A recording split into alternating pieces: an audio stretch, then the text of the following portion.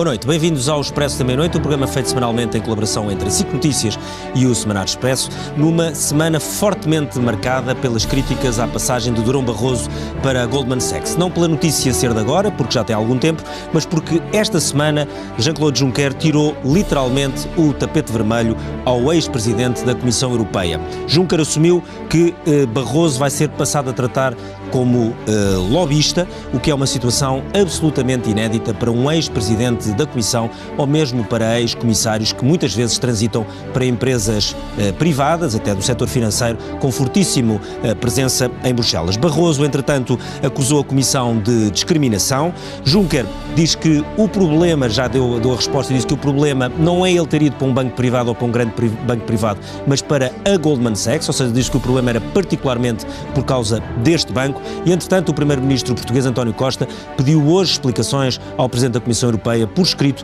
para saber porque é que Durão Barroso vai ter este tratamento, porque também concorda de alguma forma com o facto de o ex-presidente da Comissão, o português Durão Barroso, estar a ser discriminado face a outras situações parecidas. Para discutirmos este tema que tem animado muito a política desta semana, convidámos para este programa Ana Gomes, é eurodeputada do Partido Socialista, também o José Manuel Fernandes, que é eurodeputado do PSD, que está mesmo a chegar, já cá está no estúdio, mas ainda não está sentado aqui na cadeira, dentro de 10 ou 15 segundos ele já estará no lugar. Henrique Brunet trabalha em Bruxelas, é tecnicamente e formalmente um lobbyista em Bruxelas, portanto é neste momento aparentado Durão Barroso em termos profissionais, entre aspas, e Jorge Costa, que é deputado do Bloco de Esquerda. Ana Gomes, muito boa noite. Imagino qual é que seja a sua posição relativamente à ida de Durão Barroso para a Goldman Sachs. Gostava de lhe perguntar, e gostava de começar por este programa também para saber a sua opinião sobre esta posição que a Comissão Europeia tomou relativamente a Durão Barroso, tirando-lhe o tapete vermelho, tirando-lhe os privilégios de ex-presidente da Comissão Europeia, quando há inúmeros outros casos de outros ex-membros da Comissão e até de ex-eurodeputados que também passaram para o setor privado e que não tiveram, pelo menos este barulho não tiveram, mas não tiveram este tratamento. Bom, eu penso que este caso é diferente e se há discriminação é uma discriminação que se justifica, porque é diferente. E porquê que é diferente? Ainda ontem o João Miguel Tavares o explicava muito bem no jornal com a alusão ao bigodinho do Hitler, que passou a ser obviamente insuportável a partir do momento em que era associado aos crimes contra a humanidade, mas que era corrente antes. Portanto, exatamente o que aconteceu é que houve a crise financeira, aliás, que ainda nós estamos aí dela, e uma crise financeira que se caracteriza, portanto, pela financiarização da economia, portanto, a economia a ser explorada pela finança em vez da finança estar ao serviço da economia, e em que grandes bancos são os predadores, e a Goldman Sachs é exatamente um deles, e se não o maior. A Goldman Sachs mas não entramos num território de opinião, no sentido em que, por exemplo, a ex-comissária europeia Neelie Kroes hoje trabalha para a Uber. A Uber, não tendo essa fama, é uma mega empresa mundial que precisa de influenciar brutalmente Bruxelas por questões de regulação. Houve o Peter Sutherland, que foi mesmo também presidente da Goldman Sachs. Mas foi antes da crise financeira. A crise financeira fez toda a diferença. Mário Draghi veio da Goldman Sachs para o Banco Central Europeu. O Monti foi, o Peter Sutherland foi para... O comissário Carlos Moedas trabalhou há muitos anos. Mas a questão não é essa. A questão é, a crise financeira revelou o papel absolutamente predador da Goldman Sachs.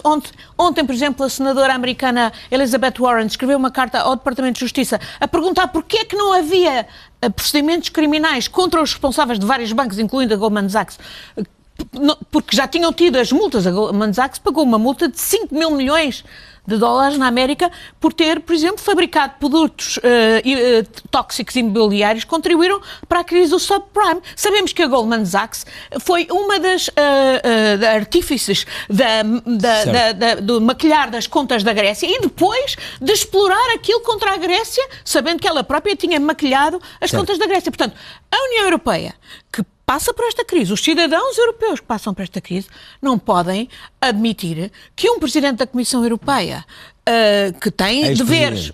Não, um ex-presidente que cumprindo sem dúvida, com certeza, mas como diz a ombudswoman, a senhora Emily O'Reilly, esse código, a provedora dos cidadãos e da União, o código de conduta tem que ser revisto, porque obviamente não pode ser apenas o critério do tempo que passa, são 18 meses ou 3 anos ou não sei o quê, tem que ser uma avaliação caso a caso, e é evidente que este caso tem uma leitura devastadora para a credibilidade das próprias instâncias europeias, dos servidores da causa europeia nas diversas instâncias, quando o próprio Presidente da Comissão Europeia passa para uma instituição predadora como é a Goldman Sachs.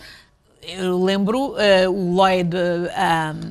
Mas se for uma avaliação caso a caso, não torna a avaliação muito mais subjetiva e mais política? Mas tem que ser uma avaliação caso a caso, ela defende isso. Há um tempo da lei... E, portanto, se calhar faz sentido que haja discriminação, uma discriminação justificada. Eu penso que, por exemplo, o nosso Primeiro-Ministro faz bem em pedir estas explicações ao Sr. Juncker. Eu, aliás, já salivo, se pode dizer assim, as explicações que o Sr. Juncker dará, que estão na linha daquilo que ele já disse publicamente. O caso concreto não é ele ir para qualquer banco, é para ir para um banco que teve este comportamento absolutamente predador na crise financeira da que ainda não saímos. José Manuel Fernandes, Durão Barroso não mediu bem as consequências ao ter ido para a Goldman Sachs? Não mediu bem as consequências quando foi para a Comissão Europeia, porque há gente que já salivava, quando ele foi para Presidente da Comissão Europeia, e que nunca suportou o facto de um português de sucessos ter estado 10 anos na Comissão Europeia ajudando Portugal.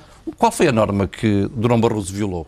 Não, isso não foi nenhuma. Isso disse toda a gente. O Código de Ética violou o quê? Zero. A Goldman Sachs é predadora. Isto não é só uma questão formal, Você sabe que a Geringonça, quantos milhões comprou desde janeiro à Goldman? Ou quanto é que a Goldman comprou da dívida pública? Compraram só em janeiro da dívida pública. Compraram 1.000 milhões de euros. Foi um favor que nos fizeram. Mas vocês... compraram 1.000 milhões e vocês ficaram todos contentes. Tem um juros simpático. Aliás, vocês são os maiores amigos. Vocês são os maiores amigos da Goldman, porque endividam o país em 800 milhões de euros cada mês que passa, e a Goldman agradece-vos e compra dívida depois, que depois vocês criticam. A Goldman é o maior banco de investimento do mundo. Sim. Não é qualquer um que vai para a Goldman. Chegou a dizer que faz o papel de Deus. Faz o papel do trabalho de Deus. Não é qualquer um que vai para a Goldman. Passa, e o Dr. Durão Barroso passou em todos os filtros. Agora, há muita gente a ajudar ao populismo. Até a doutora Ana Gomes. Isto começou tudo isto com a Le Pen. Em França. Pois. Não, mas a seguir à Le Pen veio a extrema esquerda. Depois da extrema esquerda veio o PS francês. Tem eleições. E até Juncker arrastado. José Manuel Fernandes, deixa-me só dizer uma coisa. O comissário Carlos Moedas, crítico, disse que não teria aceito ir trabalhar para a Goldman depois de ter sido Presidente da Comissão Europeia. Hoje é uma declaração uma declaração. E é do PSD e já foi funcionário da Goldman. Sim, mas eu acho que ele disse funcionário da Goldman. Mas ele disse pelas razões que a Ana Gomes aqui invoca, é que o mundo mudou um bocadinho, não é? António Costa pergunta, o que faz salivar a resposta a doutora Ana Gomes, que eu acho que vai ficar triste com ela, mas porque é que ele pergunta ao Presidente da Comissão as razões da discriminação? Porque, efetivamente, com Mário Draghi, que todos dizemos que salvou o euro, ele veio da Goldman, porque Mário Monti, que hoje é o Presidente do Grupo de Alto Nível dos Recursos Próprios, nomeado pelo Parlamento Europeu, foi Comissário da Concorrência, foi para a Goldman, e agora volta a trabalhar com as instituições. O Prodi foi presidente da Comissão. E o Prodi também, ele esteve na Goldman. Mas depois nós temos casos portugueses de comissários, ex-comissários, como António Vitorino, que foi nomeado, também ele administrador não executivo, do Santander Tota. E, portanto, eu ainda não percebi bem qual foi a norma que foi violada? Nenhuma. Mas o Sr. Juncker já disse que o problema não é não foi nenhuma. Mas a questão aqui não é só formal, ou é? A questão também é ética e é política. É ética. E então vamos receber lições de ética do Partido Socialista. Um partido onde em vários distritos são os dirigentes que mandam nos governantes. onde há um tráfico de influências claro, um abuso de poder, e vamos receber lições de ética do Partido Socialista. Eu não vi o Partido Socialista a criticar o Jorge Coelho por ter ido para a Motengil. Aqui é uma grande diferença. Posso lembrar que o Presidente francês criticou as pessoas de direita o comissário Moscovici criticou... Sim, mas as pessoas de direita têm que ser todas santas. E os de esquerda mas ninguém podem está fazer em causa tudo, está tudo bem. Que o Dr. Dom Barroso Deixe-me só dizer uma coisa para passar ao Jorge Costa. Mas só quero acrescentar aqui mais uma coisa.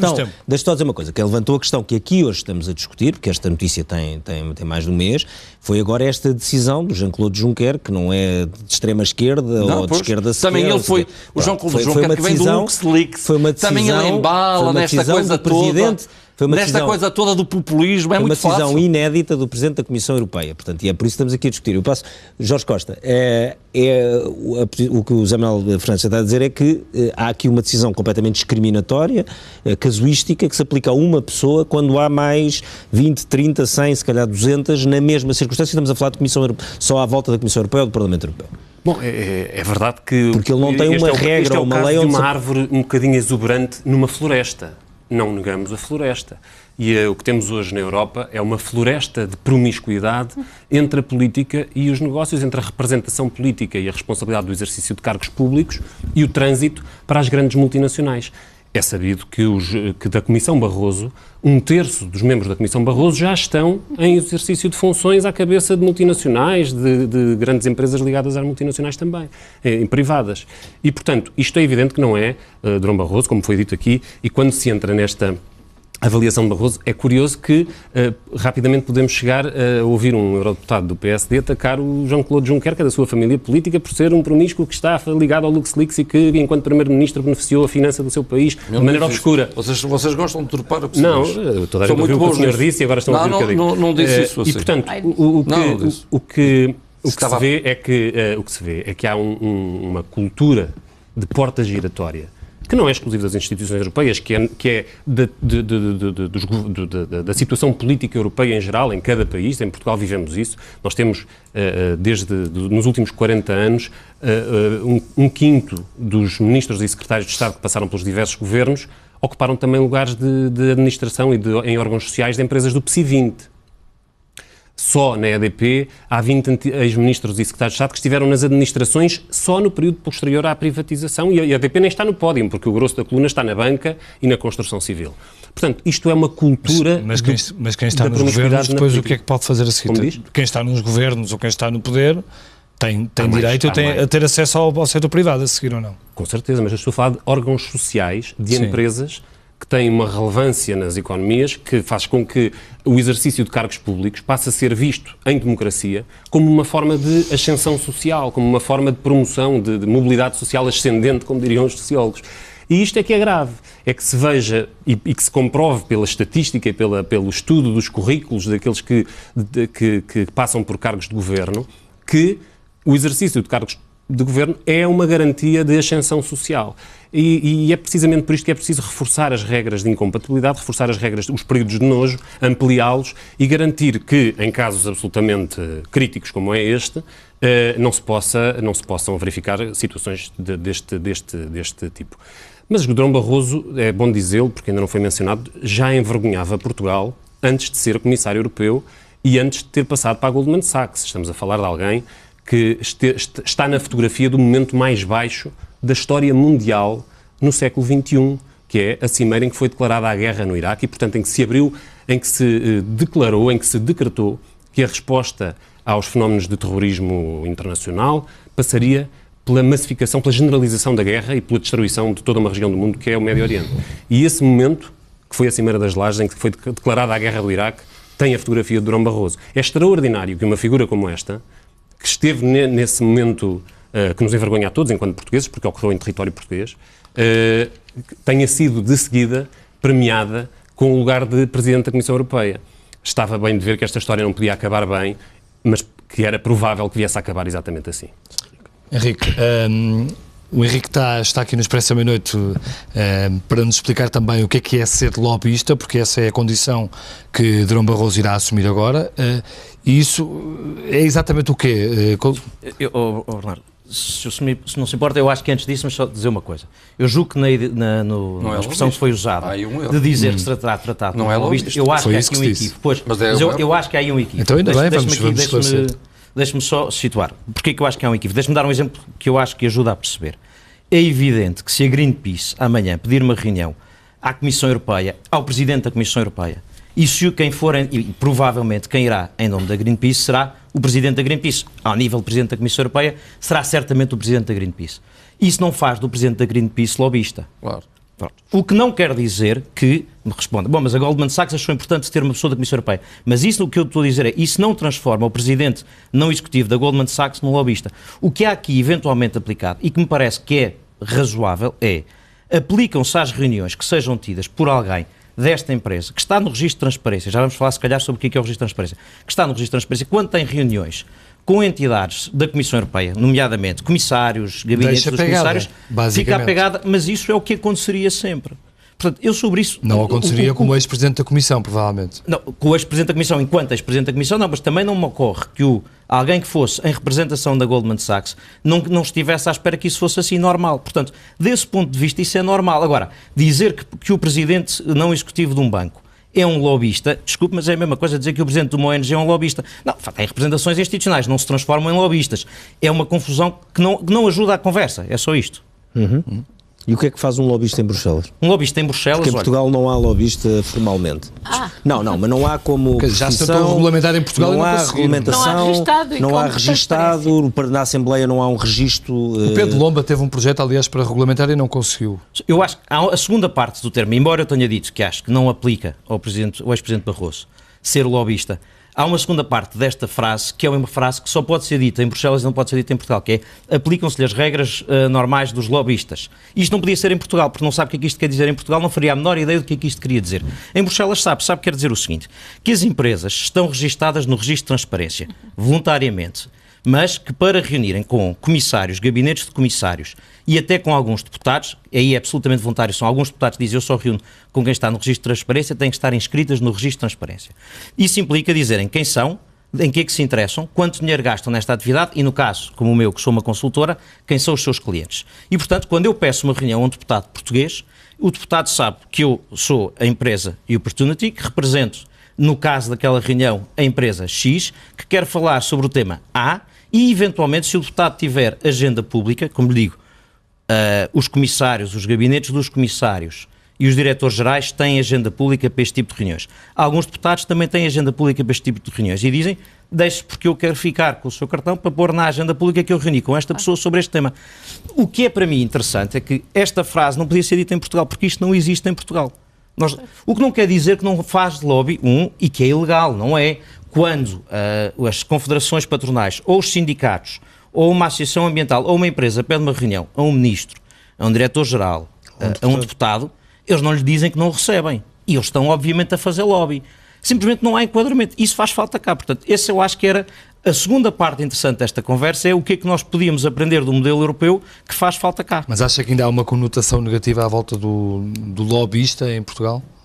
Revelando um segredo simples daqui, quando me perguntaram, quando eu vinha cá, perguntaram-me se eu me importava de me apresentar como lobista. Porquê? Porque se presume que, bem, se apresenta como lobista, se calhar as pessoas deviam estar... Não, aquilo que eu faço em Bruxelas é representar empresas portuguesas, não só, mas maioritariamente empresas portuguesas, que acham que têm um contributo útil a dar à discussão sobre os processos legislativos. Ou seja, se amanhã é discutido o Plano Juncker, e se há um deputado português que é relator do Plano Juncker, ir dizer ao deputado português, olha, as empresas portuguesas acham que se o plano for assim e assim, isso é bom, se for assim e assado, isso é mau, eu acho que isto só pode contribuir para o trabalho do deputado, o que não quer dizer que ele a seguir vá fazer o que eu lhe estou a sugerir. Claro. Por isso é que há uma diferença entre influenciar e condicionar. Influenciar é o que um artigo de opinião faz, influenciar é o que eu faço quando vou tentar apresentar uma posição. Não condiciono, um deputado a seguir olha para isto e diz, interessante, mas eu prefiro a outra posição. E esta questão levanta isso, porque é que, se a lei diz que a lei, neste caso os regulamentos europeus, tem uma série de regras que o Durão Barroso cumpriu escrupulosamente, ou seja, eu estou aqui a fazer agora o contraditório no sentido, ele cumpriu isso. Aliás, deu uma entrevista à SIC, a mim neste caso, mas é indiferente, em abril, ou coisa que valha, em que anunciou que ia deixar definitivamente a política, provavelmente ele já estaria a pensar o que é que ia fazer.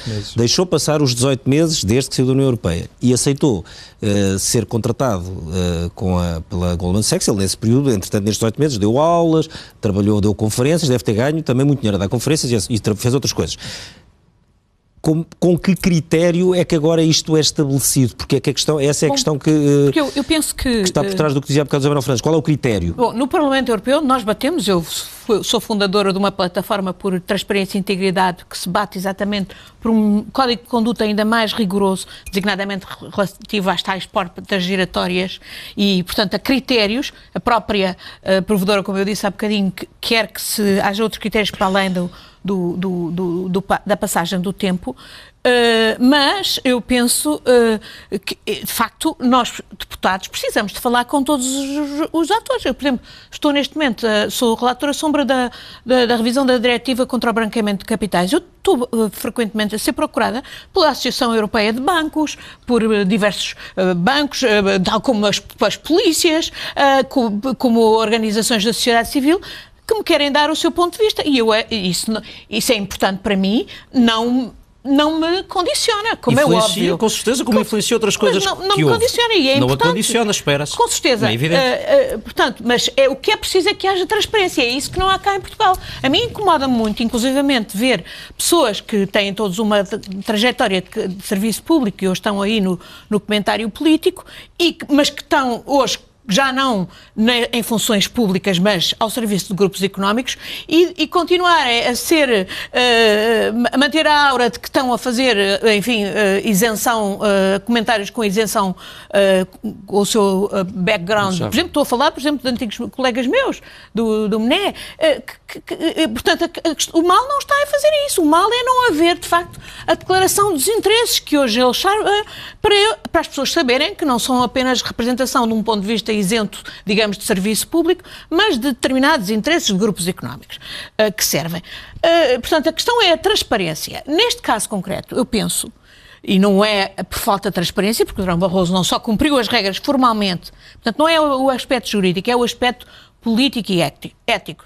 Tanto mais que isto também foi anunciado e foi dito por ele próprio que ele iria servir de conselheiro da Goldman Sachs para o Brexit. Ora bem, o próprio comissário Barnier, que foi designado pela União, antigo comissário Barnier, responsável pelos serviços financeiros da Comissão Barroso, e que foi designado para ser o principal negociador por parte da União Europeia do Brexit.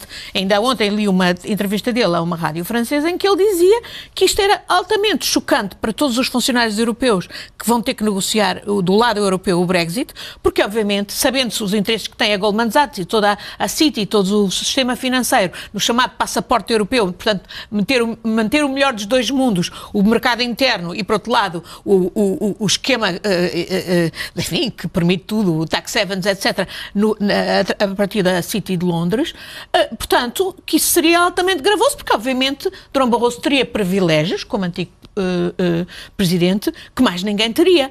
E é curioso que a Goldman Sachs tenha vindo até a tentar desdizer o que disse Durão Barroso, dizer, não, ele não vai só tratar do Brexit, vai nos avisar em várias não sei o quê. Portanto, eu penso que isto contribuiu para agravar o sentimento de traição, foi essa palavra que foi empregada por muita gente, e de pensar que isto descredibiliza as instituições europeias e a Comissão face aos cidadãos, e é por isso que há por aí um clamor para essa Europa fora. Eu lamento imenso, eu posso ter um julgamento positivo ou negativo sobre o que foi Durão Barroso à frente da União Europeia, sem dúvida que para os portugueses, para as instituições, não foi mau, foi bom, mas isto neste momento é bastante descredibilizador para todos nós portugueses. E não aceito esse argumento que foi ensaiado, por exemplo, para o Rangel e pelo PSD, de que isto é para pôr em causa a candidatura de Guterres. A candidatura de Guterres às Nações Unidas vale pelo próprio Guterres, pelos méritos do próprio Guterres. Aliás, nessa matéria, deixe-me perguntar-lhe, José Manuel Fernandes, mas o PS, as vozes que têm neste momento tentado impulsionar um candidato alternativo que iria de paraquedas contra Guterres, vem justamente da sua família política do PSD, do PPE, do PPSD pela mão do seu do lobbyista Mário David, do seu Juncker, por isso aquele relacionamento que o Paulo Rangel fez. A coincidência de no momento... E eu pergunto-lhe então onde é que está o PPE em relação... E o que é que tem o PSD feito para impedir que o PPE a candidatura de Jorge uma candidatura alternativa procura minar uma figura influente como há aqui Durão Barroso. uma questão que a Ana Gomes levantou e que muita gente levantou e escreveu, que é uma questão que passa da legalidade, que é de facto a questão da percepção. E há uma percepção de uma boa parte da opinião pública europeia de que vários bancos internacionais tiveram um papel, e parte dessa percepção é absolutamente tangível, outra será do domínio da opinião, na crise financeira que ainda hoje, cujas ondas de choque onde existe, ainda decorre. 5 mil milhões foi a multa só na América. Um dos bancos... Quanto é que foi ao Deutsche Bank? Se fosse para o Deutsche Bank estava bem. Não. Mas a questão é, não acha que esta passagem pode descredibilizar, porque quando a pomos ao nível de outras, que saiu para a Uber, ou o Schroeder que foi trabalhar para a Gazprom, ou não sei o quê, que o caso de um grande banco, do maior banco de investimentos do mundo, neste caso específico, saída do presidente da Comissão Europeia, apesar de ser absolutamente legal, se não coloca um embaraço ou uma descredibilização das instituições europeias. A demagogia e o populismo não têm fim. A própria Ana Gomes já estava a dizer e a insinuar que um político depois não podia ser um comentador. Não estou a dizer nada disso. O que eu disse é que é preciso transparência de interesse. Que os comentadores tinham que fazer estas declarações de interesse. Não estou a dizer que não pode, estou a dizer que é preciso fazer transparência. Não têm a ética que devia e, portanto, isto quando se começa depois nunca mais se para. Olha, o Durão Barroso fez lobby sempre a favor de Portugal. Estou certo que nesta instituição, com um presidente não executivo, continuará a ajudar Portugal.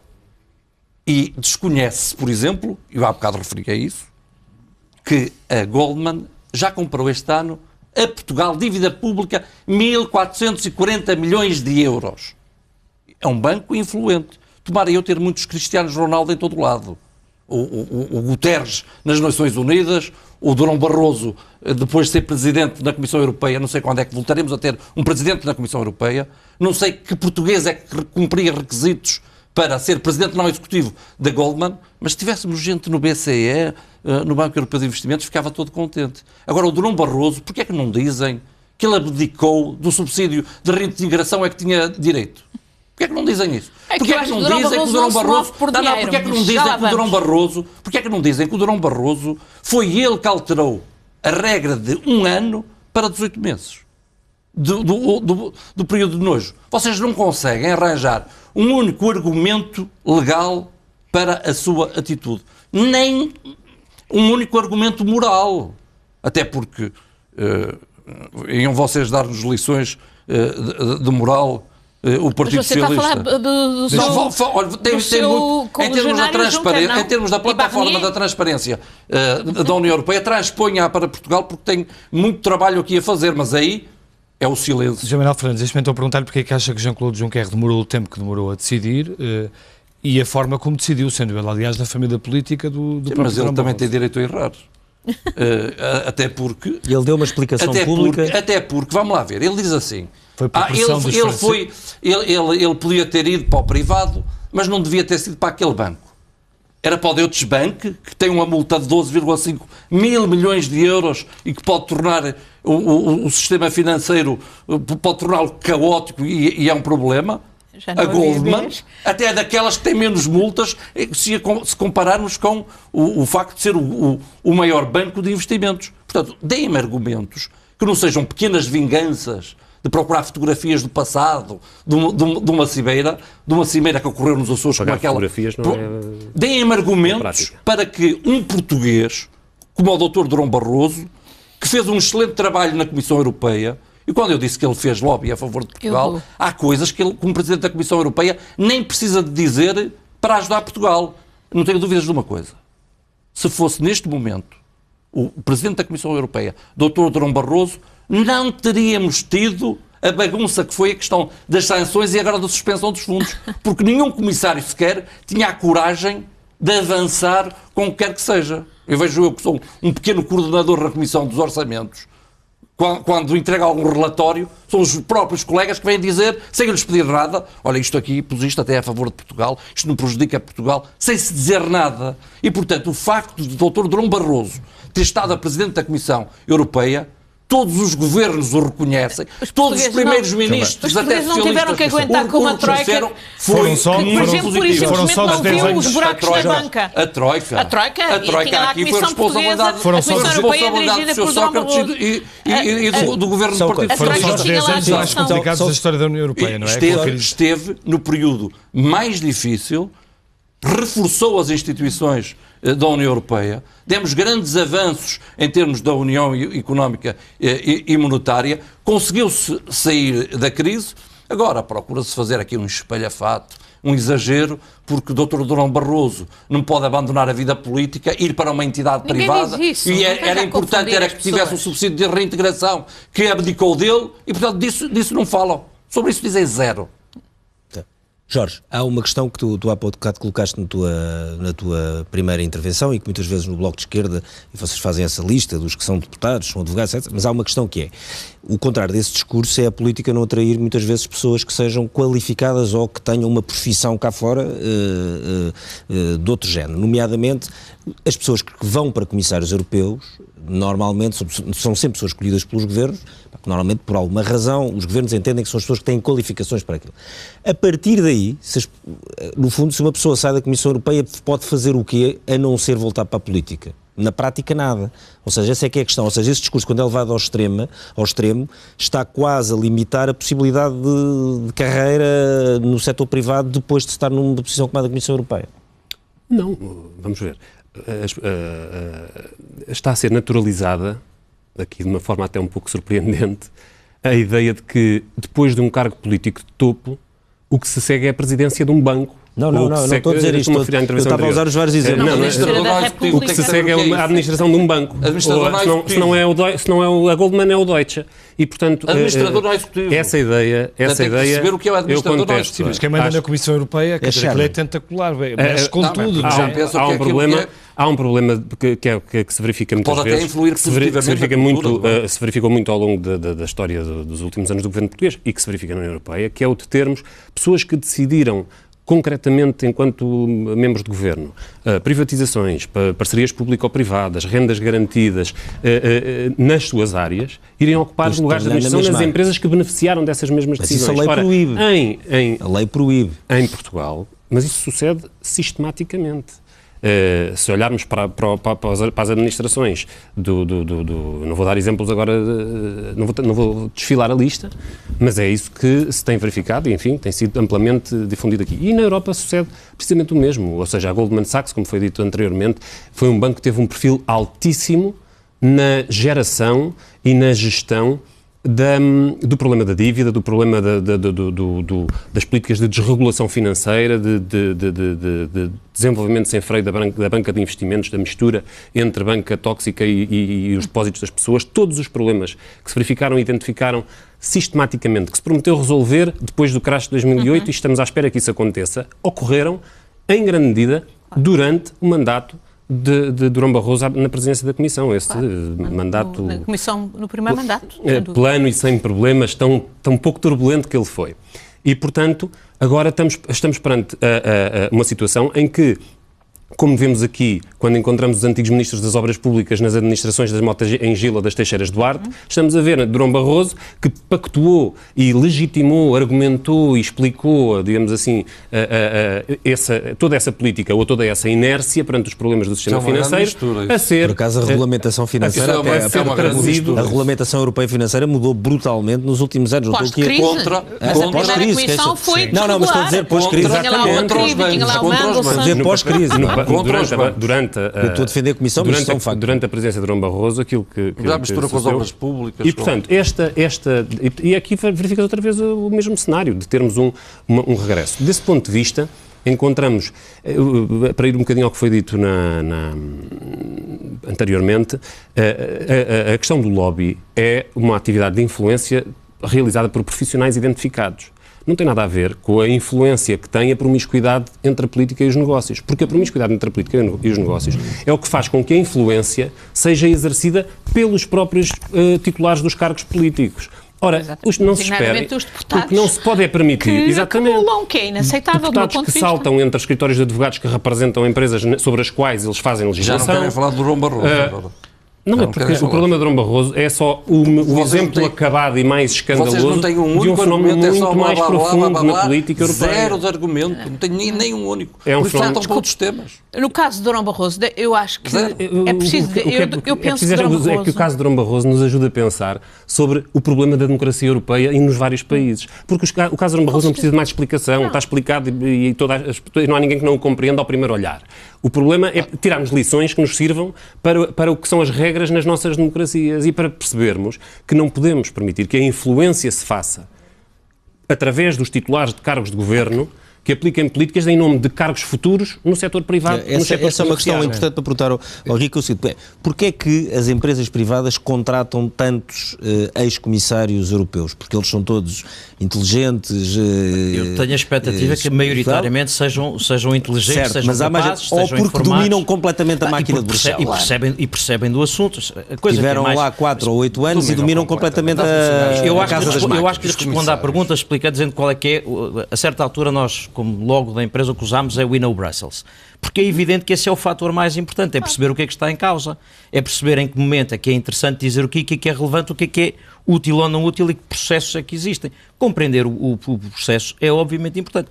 Estranho seria, o Presidente da Transparência Internacional dizia agora há dias uma coisa que é verdade. Os dirigentes, os altos dirigentes políticos tendem a ser cada vez mais novos, o que significa que abandonam funções com idades cada vez mais prováveis de continuarem na vida ativa. E das duas, uma, ou regressam à política ou vão ter uma vida ativa. Não em todos, para jogadores de golfe, nem tendo tabacarias, é provável que vão trabalhar para empresas. E acrescentaria eu, provavelmente, se forem competentes, se forem capazes, se tiverem alguma competência útil, é provável que as grandes empresas os contratem. Estranho seria, os maiores clubes de futebol contratam os melhores jogadores, até aqui não parece nada de extraordinário. Aqui o bom critério que me parece haver aí concordo absolutamente com a deputada Ana Gomes, que é, com transparência, nós conseguimos que o que é legal não é necessariamente aquilo em que concordamos. Mas qual é? Dentro do que é legal, há um espaço suficiente para haver atuações em que eu acho bem, que a deputada Ana Gomes acha mal, que o deputado José Manuel Fernandes não concorda, e por aqui fora, isto tudo dentro de uma bitola do que é legal. E isto é bom. Agora, quer-se mudar a legislação ou não? A mim faz mais preocupa mais a situação em Portugal, onde sobre isto não tem absolutamente nada. Mas isso, por exemplo, para Durão Barroso, o facto de ele passar a ter pegada ou deixar pegada, isso retira força a Durão Barroso e à sua ação que ele podia ter. Mesmo para a própria Goldman Sachs, esta polémica na contratação da Goldman Sachs. Isso será outra questão. Agora, do ponto de vista do que percebe do procedimento, repara uma coisa, parece-me absolutamente razoável que qualquer empresa que vá ter um impacto com o Brexit, há empresas portuguesas que vão ter impacto com o Brexit e que querem acompanhar e que certamente vão dizer ao governo português de que maneira é que acham que o governo português, interesses é que o governo português devia acautelar durante o Brexit. Haverá com certeza pessoas a dizerem ao governo português, cuidado, quando estiverem a negociar, a conegociar em Bruxelas o Brexit, pensem que nós temos este tipo de exportações, este tipo de investimentos ou este tipo de pessoas no Reino Unido. Que é uma percepção diferente dos polacos, cuja preocupação maior é a população imigrante que lá têm, que é diferente da preocupação do Luxemburgo, que se calhar está interessado em que a City seja menos uma capital financeira. Deixa-me fazer uma pergunta relativamente ainda sobre o lobby e a regulamentação em Portugal, que no anterior governo não foi avante e havia a polémica de que o Parlamento não estava incluído nessa tentativa de regulamentação. Isto faz algum sentido? Tentar regulamentar o lobby e deixar o Parlamento fora? Não. A nova proposta que surgiu agora, muito semelhante à anterior, apresentada na Assembleia da República, vem agora incluir, porque é apresentada na Assembleia da República, é muito parecida, mas inclui o Parlamento. Para lhe ser sincero, eu acho que se teria feito bem começando por qualquer lado. Se tivesse começado pelo Governo, mesmo que não tivesse a Assembleia, nada impedia a Assembleia de ter dito nós aproveitamos a mesma ideia e fazemos igual. Agora, o que me parece interessante, e esta semana houve uma conferência na Assembleia da República, em que pelo menos 3 partidos, PS, PSD e CDS, concordaram que deve haver alguma coisa. E parece-me que aquilo do que eu percebi na conferência foi que pelo menos qualquer coisa como o registro de transparência pode ser bem-vindo. Eu acho que isso seria um salto em frente. Dir-me, há mais coisas que são preciso fazer. Com certeza que sim. Mas se começar por isto, se passasse a ter um registro de transparência onde quem quer reunir com deputados, ministros, diretores gerais da administração pública, tem que estar inscrito, tem que dizer com quem reuniu, porquê, sobre que tema, obviamente não os detalhes do que está a reunir, até porque tem questões que são segredos comerciais, mas se tiver isto, eu acho que deu um salto em frente enorme. E há a questão das incompatibilidades e da exclusividade. Eu, por exemplo, eu defendo que haja exclusividade na Mas essa é uma discussão num ponto diferente. Enquanto se é deputado, é exclusivamente mas não tem que estar a isso é uma coisa diferente do que aqui está. Do registro de transparência. São dois temas diferentes. Sim, neste caso... Mas nós sabemos que hoje os principais lobbyistas estão, por exemplo, no Parlamento. Mas não precisa de um para o outro. E estão a servir, e a captura dos governantes e dos políticos faz-se exatamente por essas portas giratórias também entre o Parlamento, o Governo e as administrações e as empresas públicas e a banca. Não é o caso do caso que estávamos aqui a falar de Durão Barroso. Durão Barroso, quando esteve, quer no Parlamento em Portugal... Durão Barroso, do meu ponto de vista, Durão Barroso, no fundo, não é uma pessoa que se mova por dinheiro, portanto, a questão não é de jurídica e a ver com o salário, com a acumulação, não é nada disso. É uma pessoa que tem uma cupidez pelo poder, uma obsessão quase afrodisíaca do poder, aquilo também que os americanos chamam o húbris do poder. Não é por acaso que o Lloyd Bankfein fala da Goldman Sachs como fazendo o trabalho de Deus. E as ligações dele lá, que não é por dinheiro, do meu ponto de vista não é por dinheiro, é por esta absoluta vontade de estar a exercer o poder, que explica, no fundo, as relações que ele teve, não só hoje com a Goldman Sachs, mas então, com a banca em Portugal, o BES. Nós sabemos que Durão Barroso, quando foi bolseiro da Gulbenkian, a seguir a ter saído ao governo em 95, também recebia uma bolsa do BES, naturalmente não era por trabalho que servia... declarado. Ele substituiu o Franco Nogueira numa função que o Banco do Espírito Santo tinha de consultor para a internacional. A ligação dele com o BES era sabida, sabe-se, pelos contratos, por exemplo, até aos submarinos. Por exemplo, a imposição do BES. É verdade, os submarinos têm que vir porque o BES foi imposto. Sabe que os alemães queriam um consórcio para financiar os submarinos do Deutsche Bank com a Caixa Geral de Depósitos. E foi imposto o BES. E não foi só pelo Dr. Paulo Portas, porque o Primeiro-Ministro, que obviamente chamava-se Durão Barroso. Portanto, aliás, quando soubemos das gravações da Rio Forte, o Grupo Espírito Santo chamava a Durão Barroso o canhão, não é? Telefonava moedas e dizia vamos usar o nosso canhão. A artilharia pesada chamava-se Durão Barroso. Portanto, as ligações à banca não é, obviamente, por dinheiro, é pelo poder, por esse húbris do poder que explicam que o Dr. Durão Barroso, não podendo ser Presidente da República, porque aqui em Portugal, obviamente, as pessoas não estavam para aí viradas, não podendo ser, por exemplo, Secretário-Geral das Nações Unidas, também não chegaria a lado nenhum, foi para Presidente da Goldman Sachs e ele vai fazer o trabalho de Deus ou do diabo ou do que seja. Isso causa muita dor de cotovelo a muita gente e azia. E põe a salivar não vejo há alguma probabilidade desta... nenhum argumento. Deixa-me só perguntar uma coisa muito... José Manuel Fernandes, uma coisa muito concreta. Há alguma possibilidade, não sei se legal, não conheço este caso, não conheço os meandros de uma situação como estas, de esta decisão de Jean-Claude Juncker ser revertida?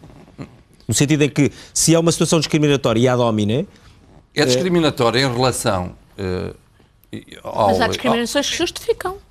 Sim, isso para si há, sobretudo se for com o Dr. Durão Barroso, isso aí justifica-se tudo. Pode até contrariar a lei. O Dr. Durão Barroso cumpriu a lei.